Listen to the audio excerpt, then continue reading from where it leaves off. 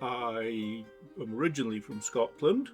The year I left primary school, which was 1963, was the year when the last conscript in the United Kingdom was demobilised. So I have never had to suffer military service, unlike my grandfather, who went through the First War and came out shell-shocked. The idea of ever having to go and carry a gun or anything like that, to me, was shocking. Let alone actually being sent into battle. I mean, you know. So I met and married Rachel, a Quaker, and really through her got to know the Quaker history of resisting all forms of war, which actually went right back to its beginnings, the beginnings of the movement in the 17th century, which tied in very much with the sort of thought feelings that I had been developing myself, and of course, in due course, I myself became a Quaker.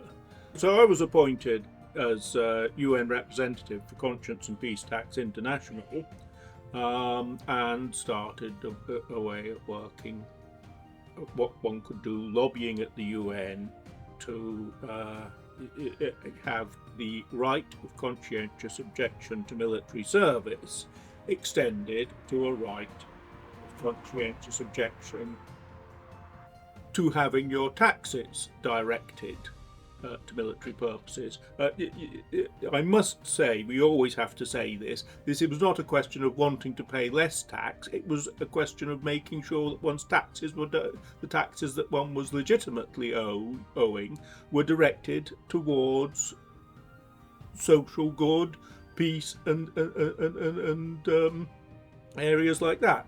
This idea was very important in a country like the United Kingdom, because no one was being asked to go out and carry a gun, but the taxes that everyone paid were going to fund a considerable military expenditure, so that people felt that they were being conscripted not through their bodies but through their pockets.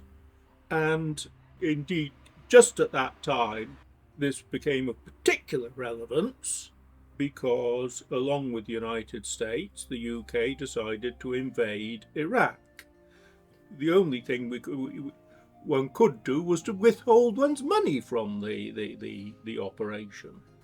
Of course, I very quickly discovered that the right of conscientious objection to military service was by no means yet universally established, and some of the first progress that could be made was working on extending that right, which again is where I came into touch with EBCO and WRI, started finding out information about the military service and conscientious objection situation in different countries, did briefings for the UN on this, and have been working away in this field ever since. And at first, of course, it was a time of great excitement. We were making great strides forward. However, as we all know, in the later years, things have, in practice, not as I say in the international legal standards, but in practice, things have started to slide backwards, largely by the threat of war.